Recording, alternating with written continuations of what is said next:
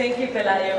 I will never be able to thank him enough. I mean, that's just the person that he is. He just comes and does what he needs to do and he leaves, and no fanfare, just does the work. I'm going to get to some of the leadership here. I guess Ilya was supposed to, well, I'll just do it. Judge Nelson Diaz, if you could come up and help me present the next award. So we'll move this quicker.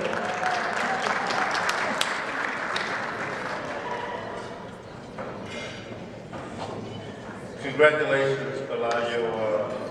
I talked him into coming into the board chairmanship because I really expected you got to nurture younger people to come to the process. And Pelayo, who's from the island of Puerto Rico, has a famous sister who is, we like soap operas, who's a soap opera actress. And so he's a very, very humble man, and probably one of the best real estate lawyers in the city. He represents one of the top developers in the city. Got Mitch, who's the temple, that big temple building that you go up on Broad Street, is named after him. That's one of his clients. So he's an excellent, excellent lawyer, a very humble man. And I thought the reason he was growing the beard was because he had enough of APM, but fortunately, that's not the story. I'd like to recognize my good friend, the managing director of the city, Richard Negrin, who's an incredible servant. He's a wife and she's the best part of his life, more so than he is.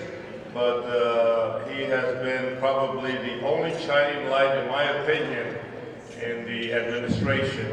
And so I really appreciate Rich's dedication, working, going there all the time. Richard, congratulations for being with us all the time. And it's too bad you can't run for mayor, because I'd love to have you out on the street with me. I also would like to recognize my wonderful councilwoman, who essentially I've known her since she was a baby, including her husband.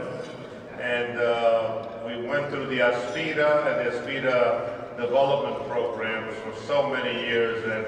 And Maria Quiñones is just one of the most brilliant people I know, and on the education level. So even though she's in the council with trying to educate those council people, she really has done a tremendous job. She's one of the founders of many of our educational programs in Aspira, and people totally forget that all of that middle school and elementary school all started as a result of your dedication to that. And I have a weak heart for Aspira because my cousin is Antonia Pantoja, and so I have a weak heart for Aspira. And the fact that you dedicated all those years to that, and then Prafa, in terms of voter registration, is really a compliment to you, Maria. And I hope that you do well in this coming year. But I have the distinction also of knowing all of these people for years and years and years. I feel like I'm the old man on the block. Deborah McCullough, her husband, and I worked together for many, many years, either at HUD or in the city.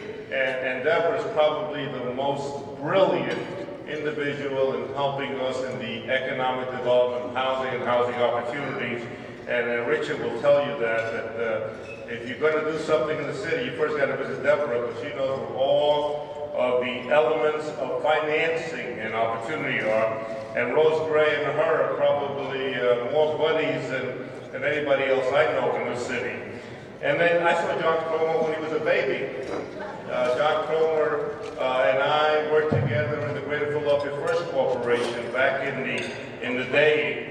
And John Cromer and then Adam Marie Ambrose has been the most respected person that has helped APM of all of the public servants that have worked in the city. And she has taken a lot of heat sometimes as a result of that, because, as you know, we are like the crab theory, you get something, everybody thinks that, you know, they should have had it. And Anne-Marie has been so supportive. And then I knew Angel Medina before he even recovered. And so Angel, thank you for being supportive and for being such a humble servant in the drug and alcohol area and in the community.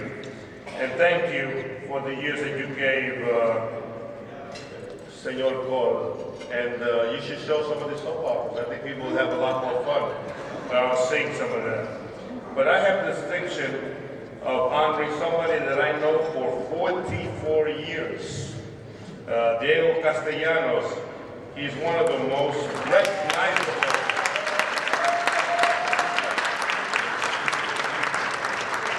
Hispanics in the greater Philadelphia metropolitan area. I know him as a Camden resident. When we and Joe Rodriguez, we had the riots in Camden in 1970-something, when Alberto Medina was a liberal in those days, and then became a Republican.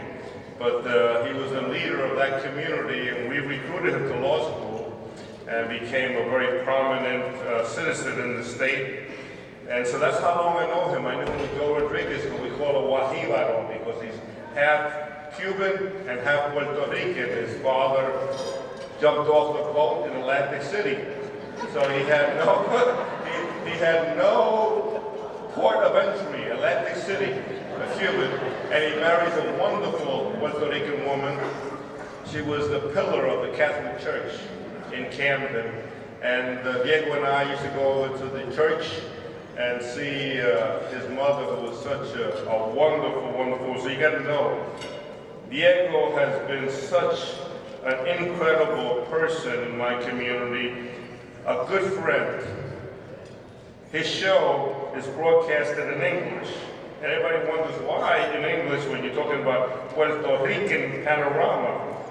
Because he wants all of the citizens to know about us and to know about the community. He started in September of 1970, making it the world's longest running television show of its type in the history of the U.S.